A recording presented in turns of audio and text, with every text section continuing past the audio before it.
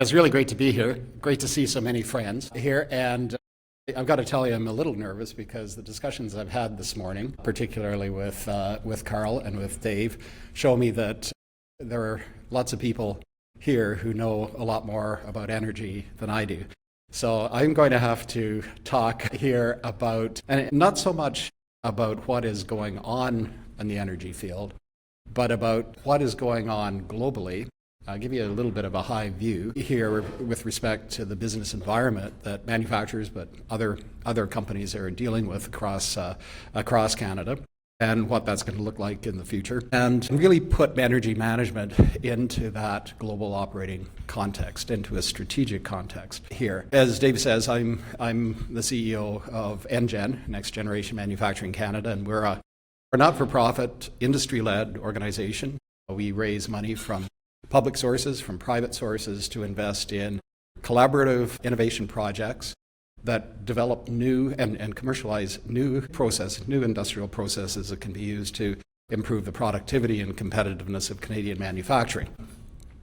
As Dave said, the collaborative aspect is really important in what we do because our focus is to integrate technologies to develop solutions for manufacturing.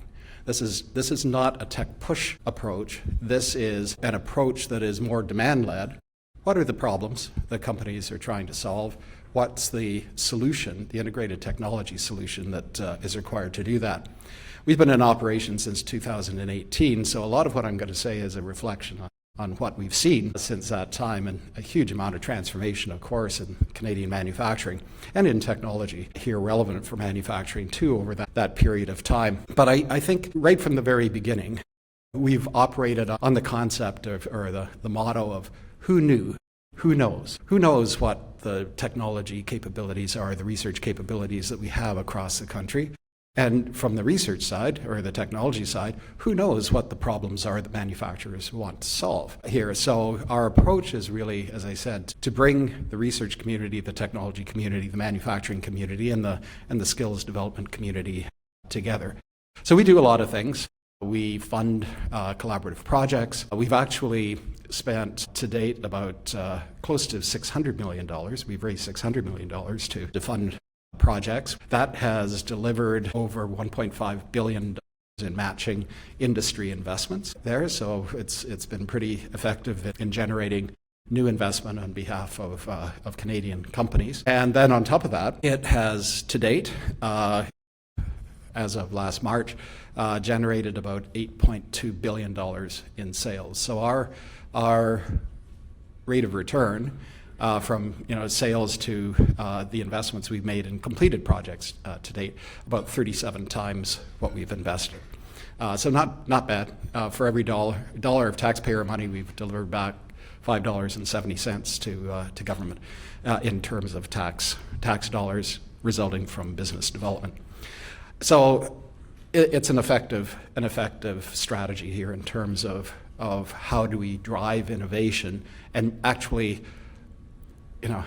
think differently about innovation. So it's not just investment at R&D and investment in new technology, but it's actually looking at the impacts of innovation here in terms of driving business results and economic impact.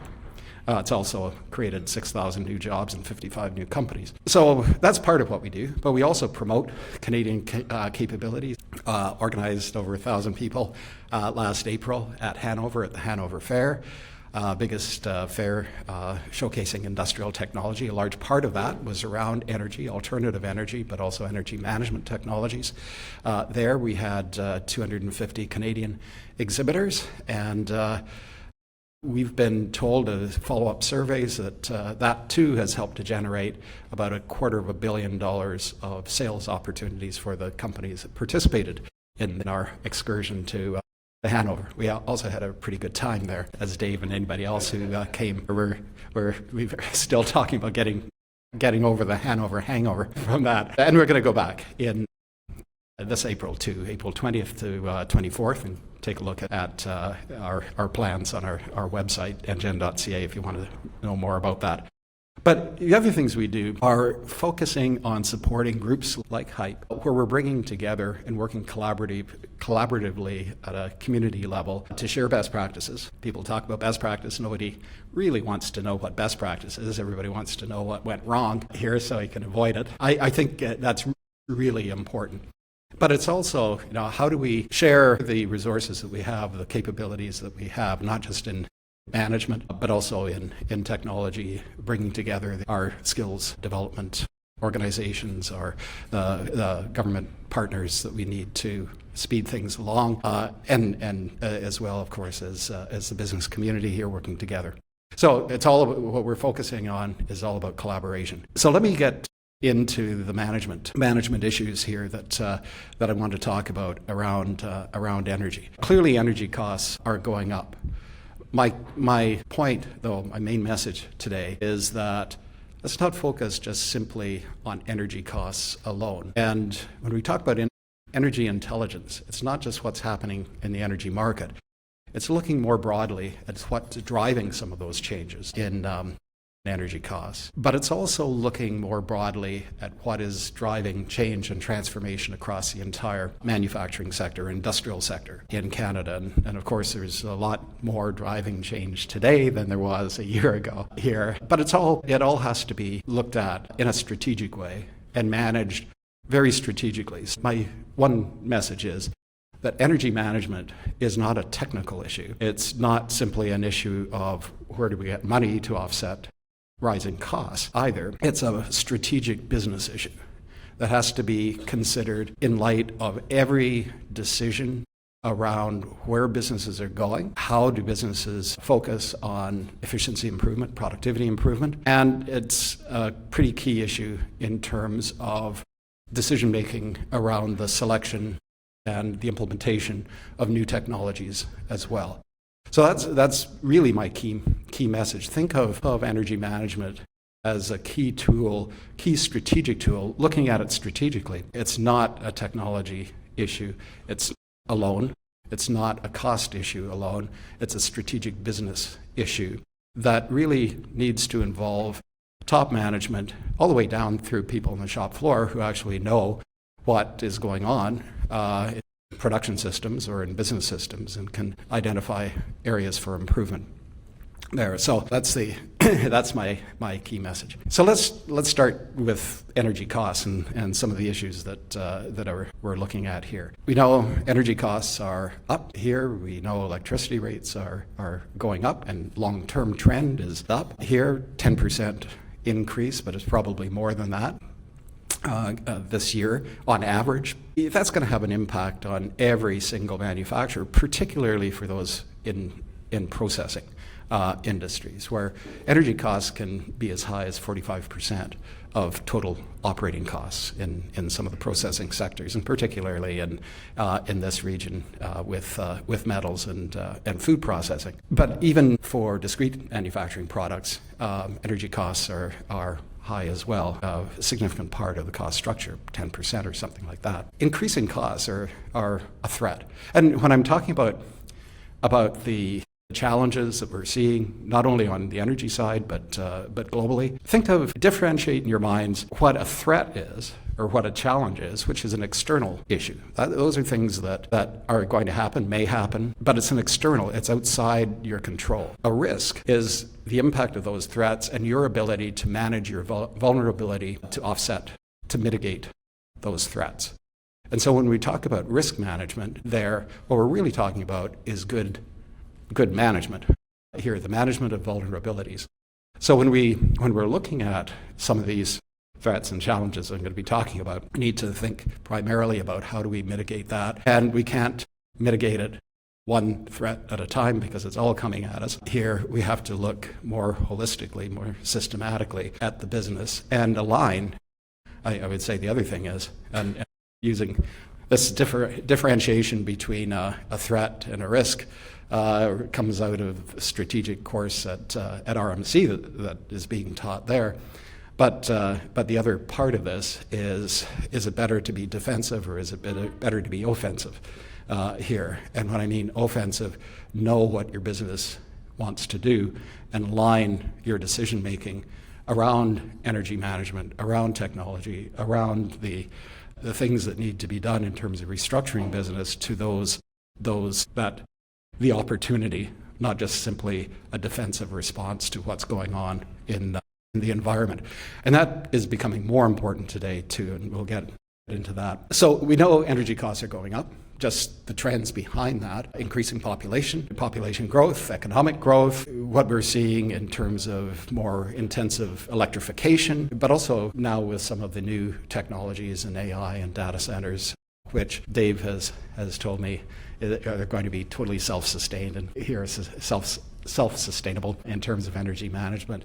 But overall, the use of new digital technologies here is going to put more demand on electrification. The other part of this is, of course, what's happening in the global environment here. And we've got, you have to only listen to the radio, turn on your television, and all sorts of geopolitical threats out there, Venezuela, Iran, all of that affecting energy markets, potentially affecting costs here throughout all energy, not just the oil and gas sector, but all energy costs. So, I mean, that is going to be a major impact on cost structure. Not a lot that individual companies can do to affect the global geopolitical situation, but maybe a lot of things that could be done to manage the vulnerability around swings in energy costs here. And of course, the emphasis that's being put today on security and defense in Canada, I can tell you if there is the first line of attack is probably going to be on the electricity grid, the disruption of the electricity grid.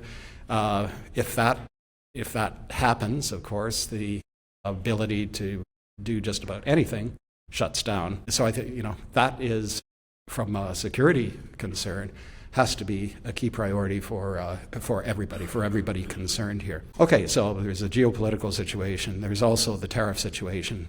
And who knows what the president has in mind today. We could see that all of those tariffs being negated by the Supreme Court, hopefully.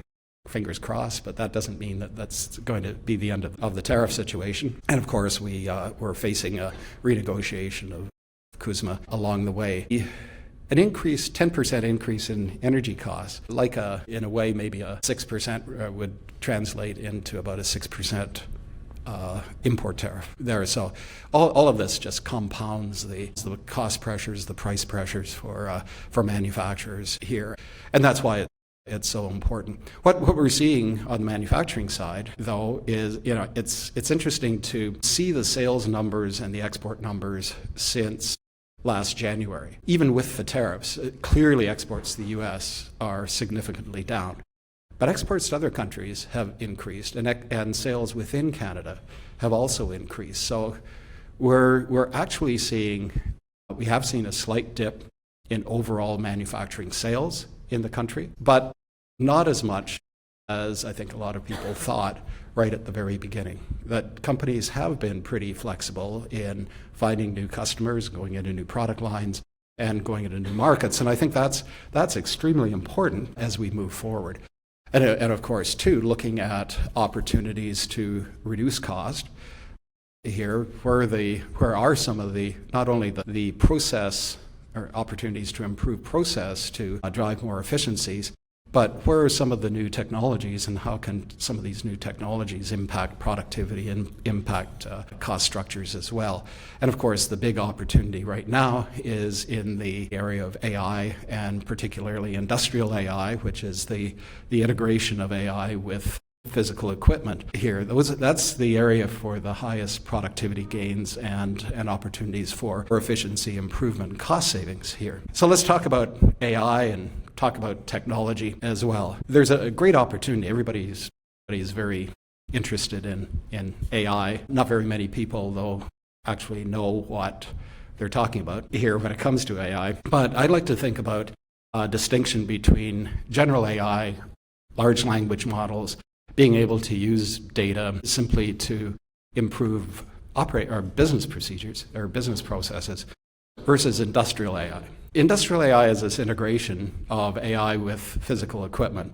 And that means it's not just AI and data systems. It's the sensors, the vision systems to read the data. It's the segregated networks that are required to communicate the data. It's cybersecurity applied not only to data and to networks, but also to equipment. It's edge computing, because that's where the control is. You need real-time data, real-time analytics here, and cloud computing doesn't deliver that. Good for models, but not for control. The risks are different as well. If you can have bias in a large language model, but there are physical limitations of what you can do on the production floor. And of course, the consequences of something going wrong with an AI system can really jeopardize health and safety as well. So there are real physical risks involved with industrial AI. And of course, today, a lot of the automation systems, the robotics, the vision systems come with AI embedded in them here. So there's an awful lot of opportunity. So why is it then that large consulting companies, and they don't agree on a lot of things, but most of them do agree on the fact that at least 85% of AI implementation projects fail.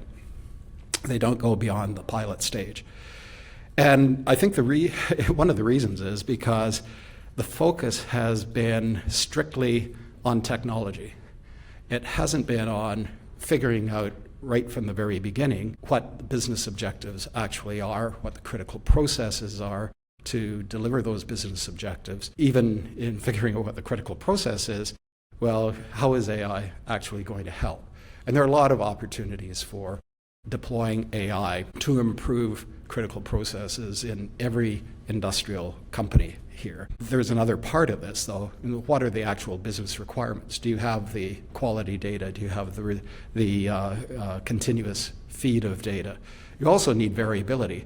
A lot of companies complain, AI providers complain that manufacturers come to them and say, well, look, we need an AI solution. And they look at the data and there's no variability in it. So what's the point of having an AI system to analyze something with no variability here? So it's really understanding, and this is where we spend an awful lot of time working with our project partners, really understanding how best the decisions that need to be made in order to use technology effectively. And this goes back to the point that some of the StatScan surveys show that companies that are investing in technology, advanced technology like AI, don't necessarily get the business results. In fact, a majority don't there. So really important not just to make the investment, but to understand how that technology is going to deliver what you need here at the end of the day in terms of your business objectives. I think when it comes to AI again, we're looking at opportunities to improve energy management as well as other opportunities across the operating systems. But again, you can't improve energy management unless you have a really good fix on those critical processes that need to be improved.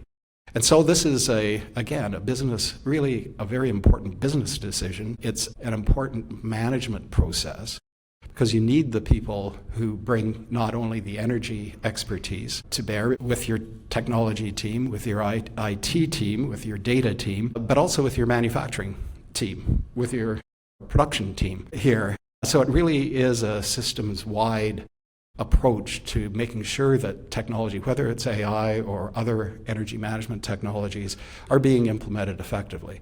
And they have to be integrated with the business objectives at the end of the day. I just wanted to touch on a couple of other aspects too. Even if we had no threat of tariffs, and even if the geopolitical situation were okay, we've got technologies that are really advancing very rapidly, AI opportunities and here as well. But manufacturers would still be under pressure from more and more intense competition, which means that every company has to differentiate itself today.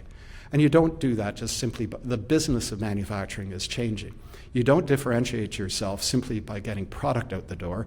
You have to provide a solution to your customers. And that could be better delivery, better quality, but it could also be looking at data as the basis for new services. And I think that's another area where we're seeing a lot of companies looking at how can we use the data that we have, lots of data here, but to generate new business models here. And we've seen this, the most most common example is a cell phone. Here, the value of the cell phone is not the product itself. It's all of the apps that you can use on the cell phone here. So the products today are basically platforms for data-derived services. And that's changing the business of manufacturing. In Canada today, 30% of all manufacturing revenue is derived from service, not from getting product out the door. And so, as we move forward, I think that integration of data and service here, whether that's manufacturing as a service, factory as a service, we're seeing some of that, or product as a service, is going to become more and more important. Customers have, of course, higher expectations, immediate gratification here, immediate delivery. Anybody who can deliver first is in many cases first on the list. But regulators, government, stakeholders, environment also have more and more stringent expectations as well. And so I can hardly talk about energy management without also talking about climate change, a climate change that is going to and is already affecting energy costs or electricity costs. If we have cold weather that affect the transmission lines, if we've got hot weather, that means that people are using more electricity in the summer, all of that is affecting your energy costs.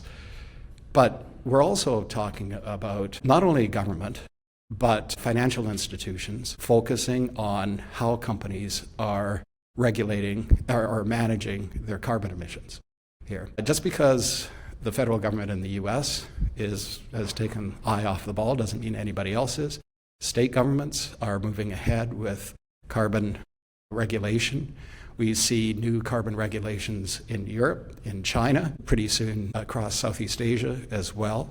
So anybody looking at diversifying markets outside of Canada has to pay attention to the export adjustments here around carbon export adjustments as well. So this really requires, again, thought around energy management about what does this mean for carbon emission management here. And the expectation, and again on the financial side, got large reinsurers very concerned about the impact of climate change on their portfolios, and is being directed down through even to the broker level here. Very soon, the insurance companies are going to be expecting companies to be able to report their emissions and to put forward an emission reduction plan just simply to get operating insurance, commercial insurance. Here, we're also seeing many of the large organizations, Rogers, for instance, many of the banks, expecting their clients to put together emission reduction strategies as well. So think that simply because President Trump has taken his eye off the ball around climate change and energy and carbon emissions, that this is necessarily going away. And all of that has to be taken into consideration in terms of energy management as well. So there's a lot of stuff going on here. And I think going back to the subject of what I was asked to speak about, which I really haven't spoken about, is the importance of intelligence around energy management here. There is a real need for better intelligence. But the intelligence isn't just around energy and technology and where the costs are going. The intelligence has to be around the entire business side. It has to be, how do we operate now? Where is my business going in this crazy world here? Where are the best opportunities? How can I use technology to deliver best productivity results here? And well, let me just conclude, because I'm getting all sorts of signs here, get off the floor. 3 things. Measurement is key. Peter Drucker has always said that you can't improve anything without measuring it. So measurement is key, which means more data. But this is where AI systems can come into play as well, because data can be waste unless it actually drives value. And the key with a lot of AI implementations is to find where that value is in terms of understanding the business. But measurement is key. Energy measurement in in terms of energy use, the types of energy, but of course the impact that that has on carbon emissions. The second thing is that it goes back to some pretty basic manufacturing principles. How do you drive value? How do you know what value you're driving for customers and for your customer's customer? And then how do you eliminate waste in your business, at least, and eliminate those processes that are not required to deliver value and eliminate waste? I'm always struck by, had a chance to talk to Dan Jones, who's one of the authors around lean, and they identify 7 wastes of lean, none of them environmental wastes. And so I asked him, why 7? He said, well, 7's a good number here. It's not the only waste. There are lots of wastes in business: environmental waste, energy waste, as well as waste of materials. So this is important in driving efficiency improvement, cost reduction, waste elimination in any business. It just makes good manufacturing management sense. The third thing I want to say, and I'll conclude on this, and really want to amplify the importance of the HIPE network. No one can, I think, succeed today in manufacturing without partnering, without looking at collaboration, without sharing best practices here, and without understanding what are the challenges and what are other peers doing in this area. Because everybody is tied together. Talk about supply chains and as transactions, but supply chains really require really close integration today of suppliers with customers. On the advanced manufacturing side, and reflecting on what we do, none of this is successful unless technologies are integrated and actually provide a solution for manufacturers. As I was saying before, when you talk about industrial AI or driving service in your business, all of this requires an integration of technologies with existing systems. So collaboration is extremely important. Nobody can take on all of the risks today that are involved in energy management and business management generally. So the more information that we can share together, the more intelligence that can be gathered, and not just simply reading energy bills or electricity bills, the better. Because I think that's really where ideas begin, but it's also where people understand what the requirements for successful implementation actually begin. So I'll leave it at that. We're going to be talking here on the panel in a minute. But thanks a lot.